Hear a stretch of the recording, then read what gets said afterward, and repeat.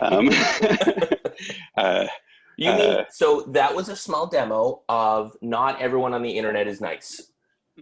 yeah, yeah, turn, yeah.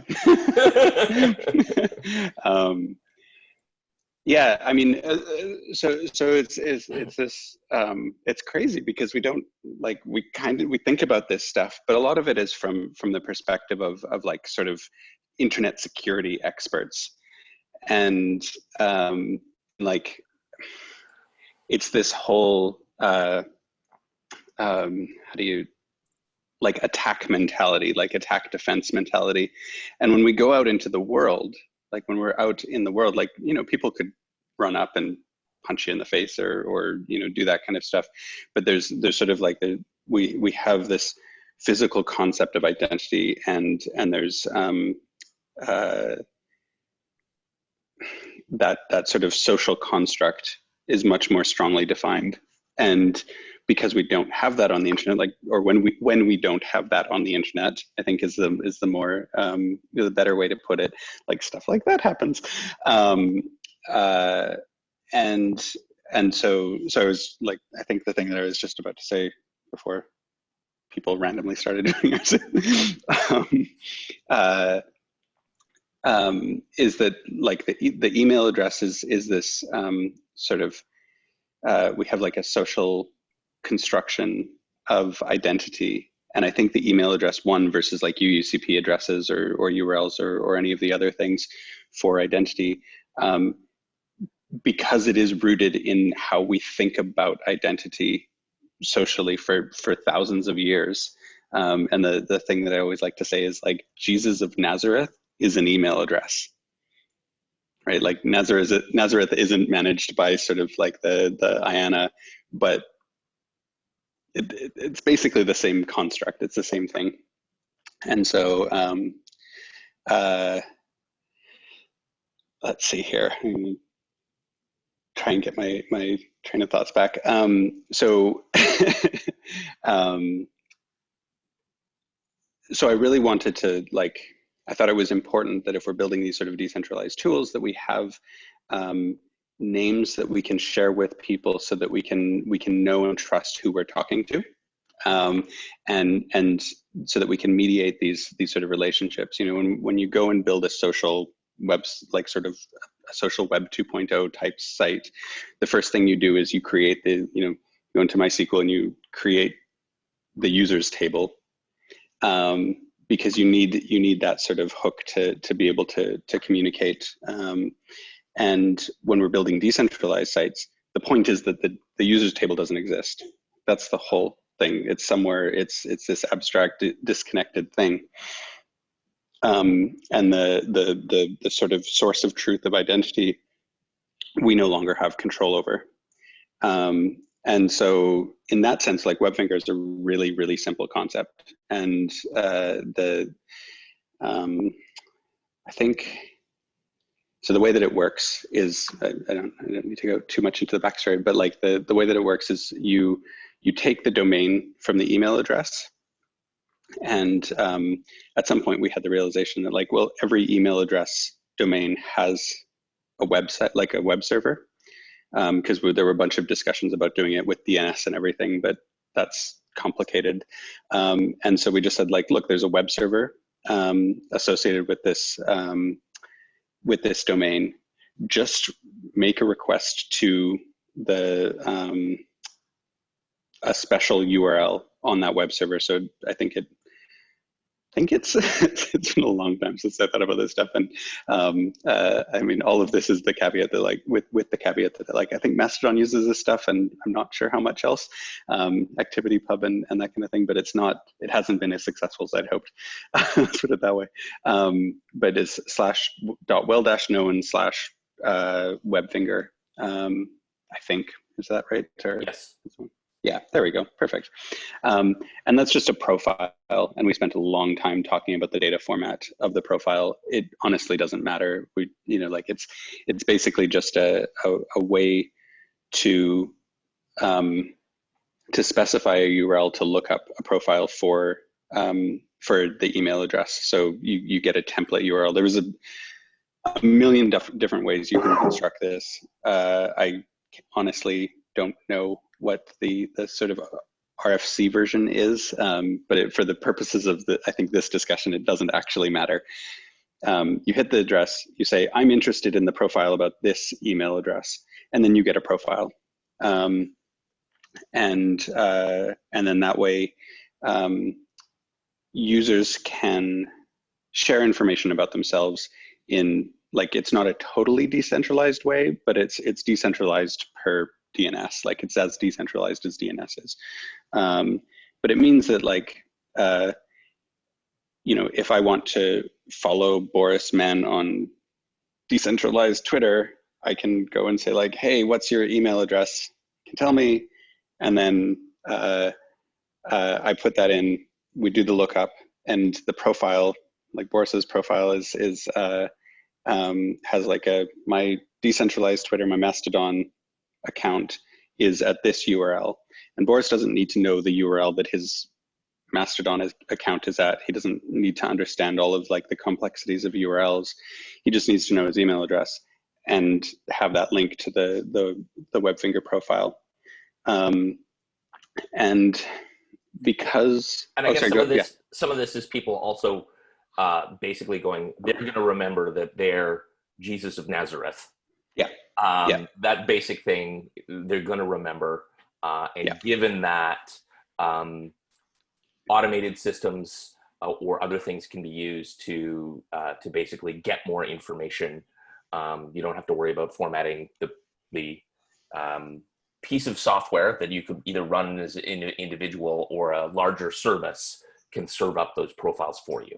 Exactly. Yeah.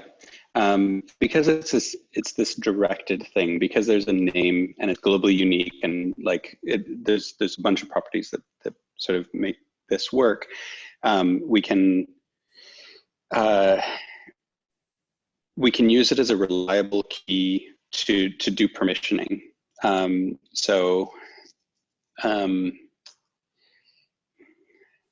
to think of sort of an analogy of why this is important from, like, a security perspective. If you give me your address, because, like, some of this stuff sounds really obvious, but it actually matters. If you give me your postal address and I send a package addressed to that postal address, if we trust the postal system, it won't get delivered to someone else. And that sounds like really basic and like a truism, but it also has the net effect that, if you give me your email address and I look up your profile, well, now I can create a two-way connection, and I know that it's you that I'm talking to. And it's such a simple thing, but, like, when you think about constructing those mutual permission links, using, like, any other system, I'm not aware of another sort of online system that isn't centrally managed. So, like, Twitter and Instagram and, like, all of those follow mechanics are premised on this same idea, but they're centrally managed. Okay. And beyond sort of email addresses, I just don't know a workable, usable approach to manage that follow interaction. Because, if you just make it, like, search discoverable, it's really easy to phish. Like, you can create fake profiles, and it's impossible. Like, it becomes impossible to know who you're actually talking to.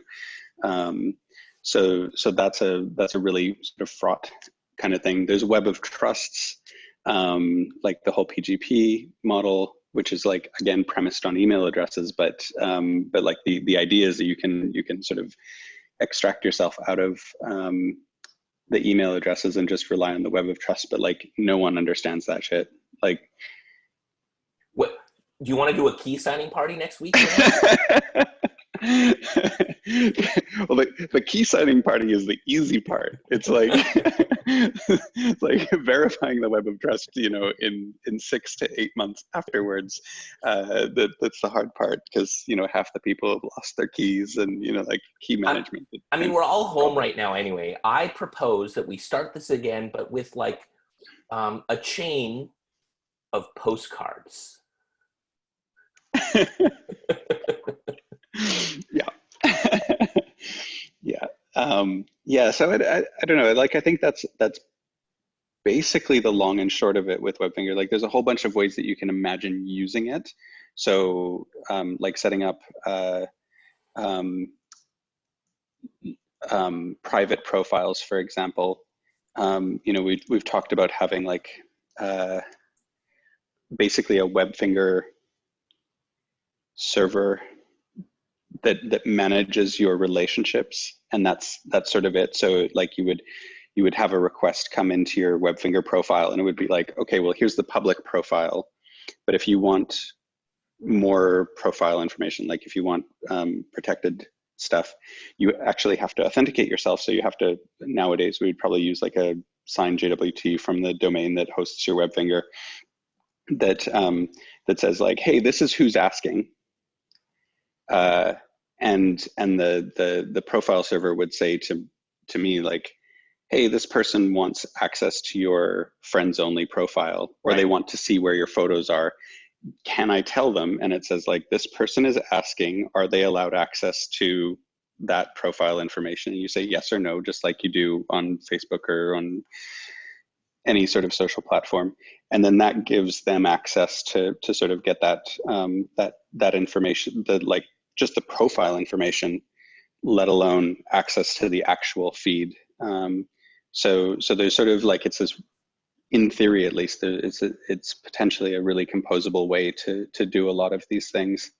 And in a permissioned way, right? So you yeah, basically have a public identifier that at worst can be spammed with requests.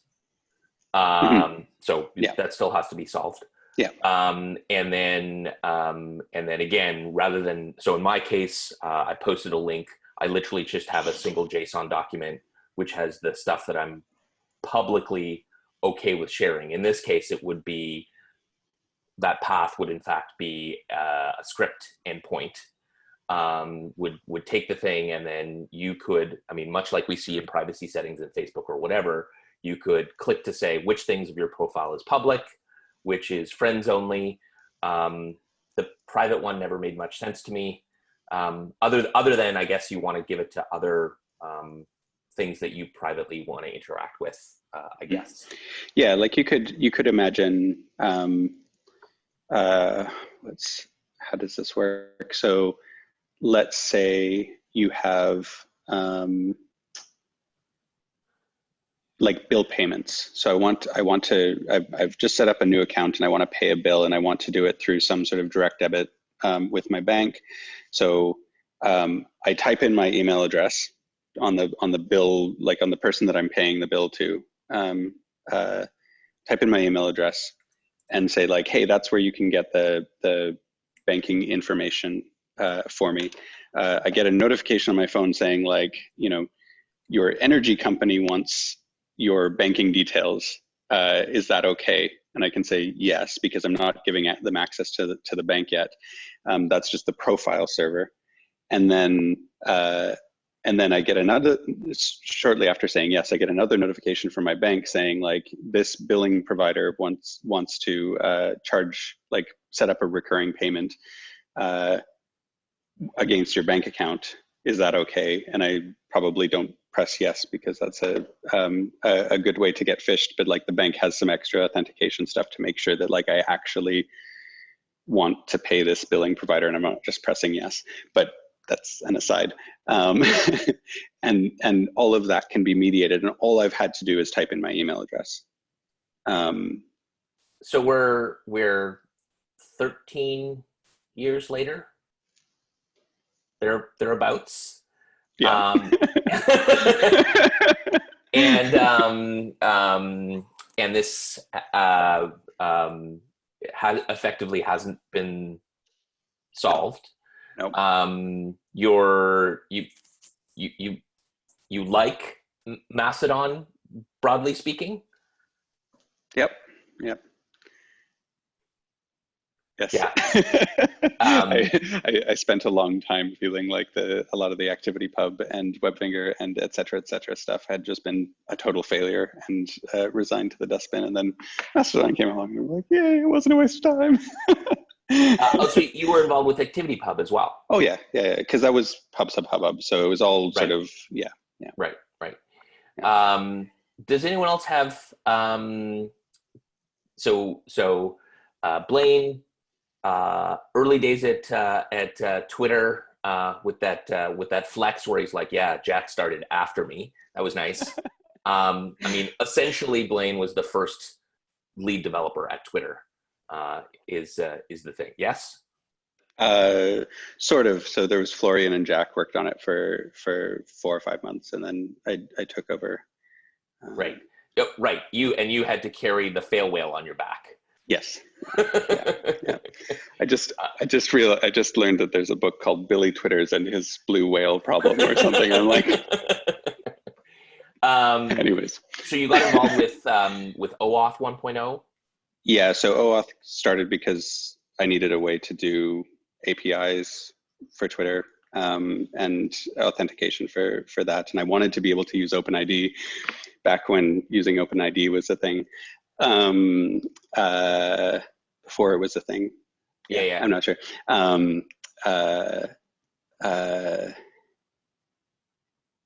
But if we only took OpenID, so the problem with OpenID at that time was if we only took OpenID addresses, we wouldn't be able to give access to APIs, like to API clients, because we wouldn't have a password. We wouldn't have like. Yeah. Using the token issue. Yeah. And there were like, there were a bunch of different API authentication approaches. There was Flickr Auth, and I think Amazon had a nascent one, and a bunch of others. Everybody had attempted to solve this on their own. Yeah, exactly. And it wasn't standardized. And I was just like, I'm going to mess this up if I try and do it myself.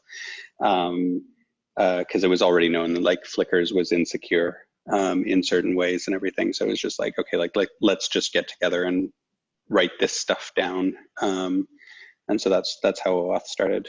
Who was on the Flickr side that participated? Kellen was involved. Yeah. He's now at Dropbox, so I've been meaning to ping him. I just actually posted an on this day from the end of March 2007. So again, 13 years ago, and that was an open source CMS summit at Yahoo. So yeah, 13 years ago, and we're working on some of these things still. Mm-hmm.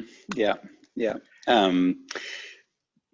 So you were saying, so it's 13 years. Roughly since so we're still working on some of these pieces. So, we had a good talk with Aaron Parecki came through town. This week was supposed to be IETF in Vancouver. So we were actually hoping to have a discussion around some of this stuff. Have you looked much at DIDs? So not a ton. Yeah, I think I mentioned it. I sort of, probably not best for. It'd be an edited out sort of like expletives. I think some of these things end up being interesting. So we're talking about stuff. So I sat down to prep for this. I went and I looked at Webfinger and I looked at some examples, and I'm like, okay, it literally can be a static site. And I stuck this single JSON file as, and I always like this. To me, that's an example of design for hackability, right? It is relatively easy to get a single, valid JSON document up on the internet in some way.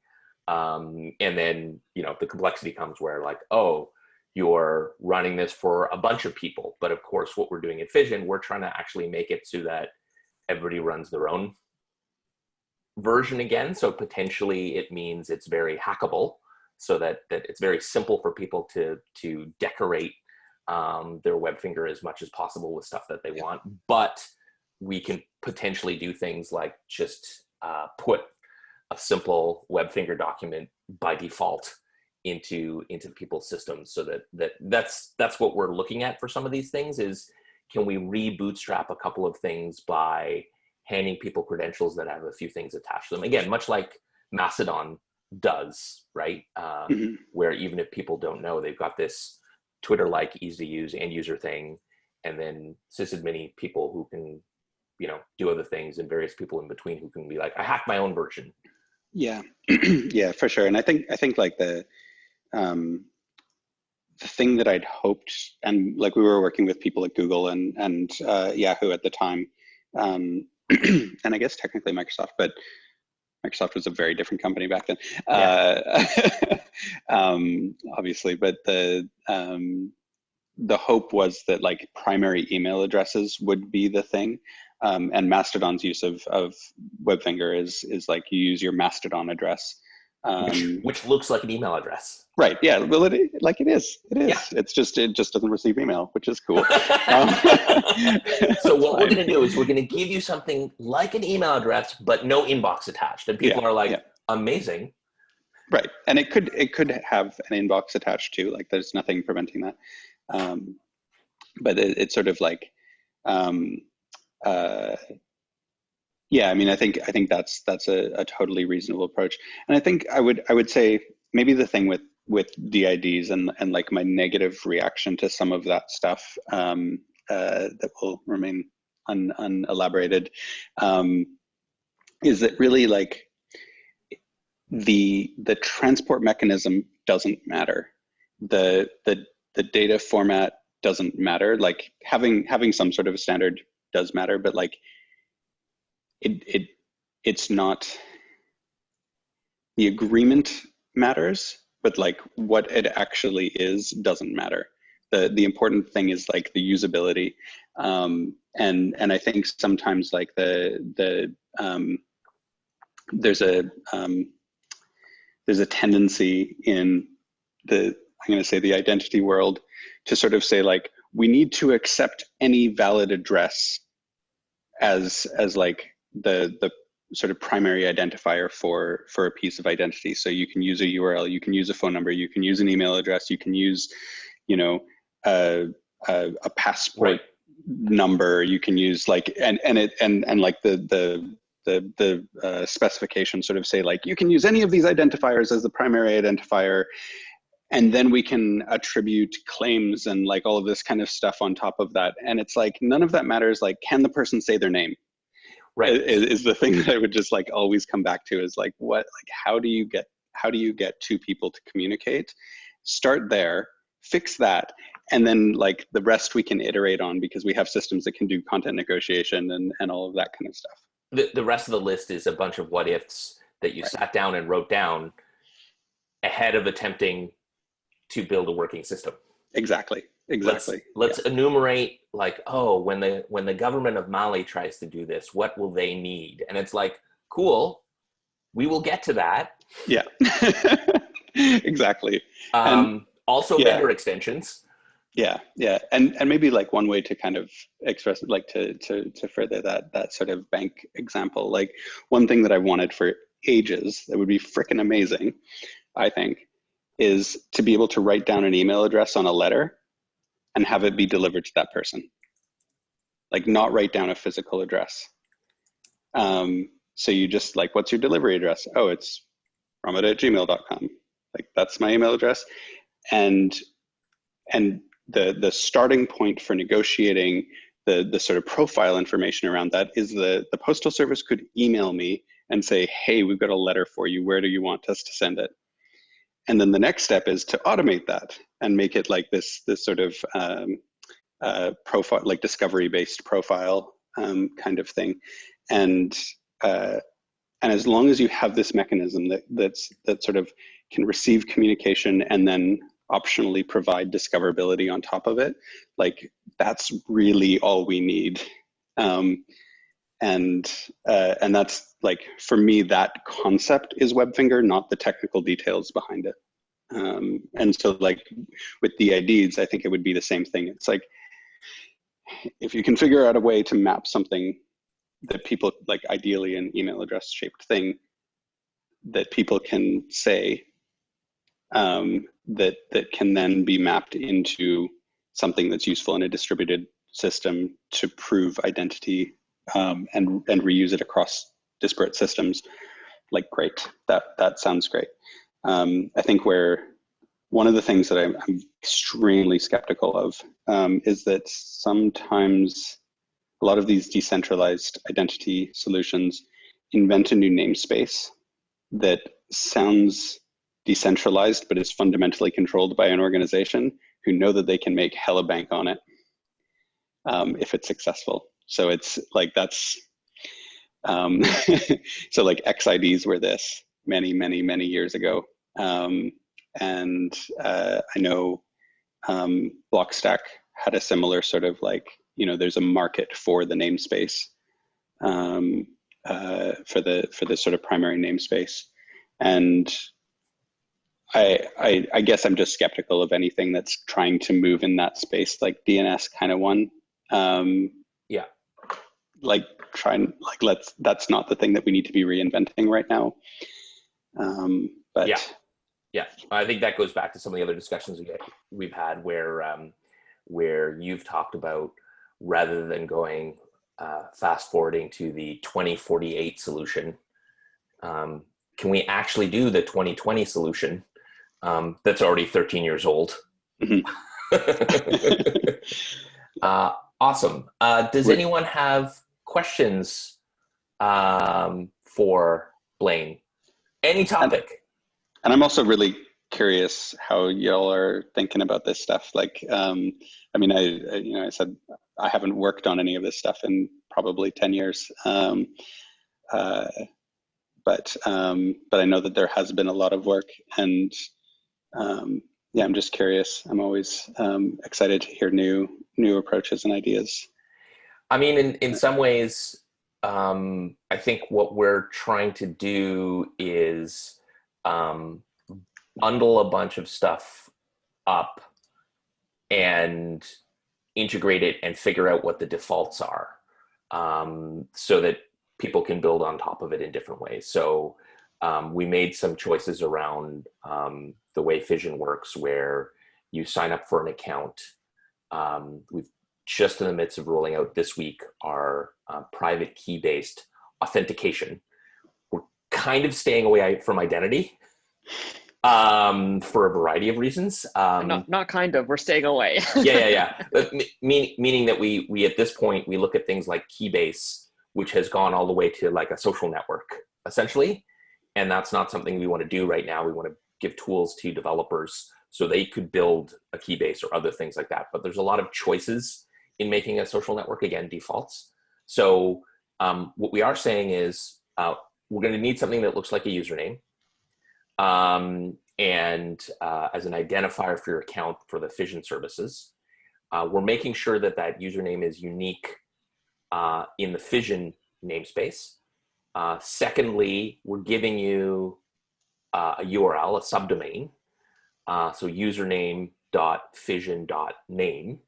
I have some notes somewhere, I think from 3 or 4 months ago when Steve and I were talking, where I'm like, I think what we might do is get people to write in username at fission.name, because they'll actually understand what that is rather than making them remember a URL. So, default, you get a username. Default, we're making sure that that username is something that works as a DNS subdomain. And we're giving people that. The next thing will be like, cool, you can totally map your own domain to that if you're an advanced user, or bring your own in some way. We don't really have the bring your own quite thing in there yet, but it's possible. So we both designed for decentralization, using DNS as the thing that we are like stuffing a bunch of things into. And we think that gives us a lot of flexibility in a lot of different scenarios. The fact that there's sort of crypto underneath, like our idea is, private keys, we can do a bunch of interesting things with that weren't possible. So one thing you were saying, like sign JWTs and macaroons and what have you. And then I'm thinking much more about the social side of things. So what defaults can we put in that people will be pleasantly surprised when it just works? So we've gotten to the point where Brooke actually asked for a feature. She said, "Oh, Stephen, as you're working on Fission Drive, can people just put in their username? Let's add that as a feature." And he's like, closed the issue and went, "Yes, I built that in already." So we're starting to get to some really, really interesting pieces. Brooke's been thinking about Activity Pub and building that in as another default. Brooke, do you want to talk a little bit about that? I mean, the activity pub part, we haven't really done too much Yet. Yeah. work into, like, at all. It's sort of like that would be a nice hypothetical. In terms of usernames, just as Blaine was saying, DNS is the current thing that has won on the internet for a global read. So usernames are literally just text records in DNS. So that's how we can do, type in Boris, and Boris's file system shows up as it goes there, grabs what it needs, and then uses that as an identity. But again, I'm putting identity in big scare quotes here. So, but aside from that, it's, nice because it's totally user controlled as long as they can get up to DNS, right? Yeah, that makes sense. I think one of the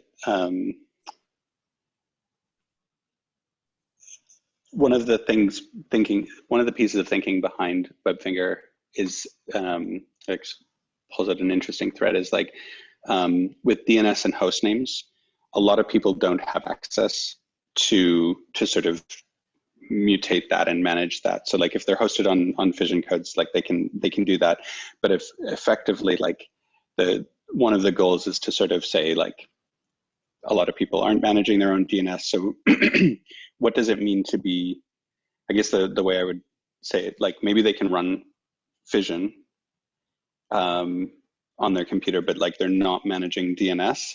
And what does it mean for them to act in a near decentralized way and still have that sort of username, that sort of that namespace, but without being able to manage the DNS explicitly? And I guess the approaches are either make managing DNS really, really easy, or sort of use a different level of namespacing. I think there's two pieces with that, right? So one is definitely when we've been talking to people, DNS, because it's abstracted so far. So back in the day, when Blaine and I ran Linux servers under our desk or whatever, we had to understand a certain level of DNS.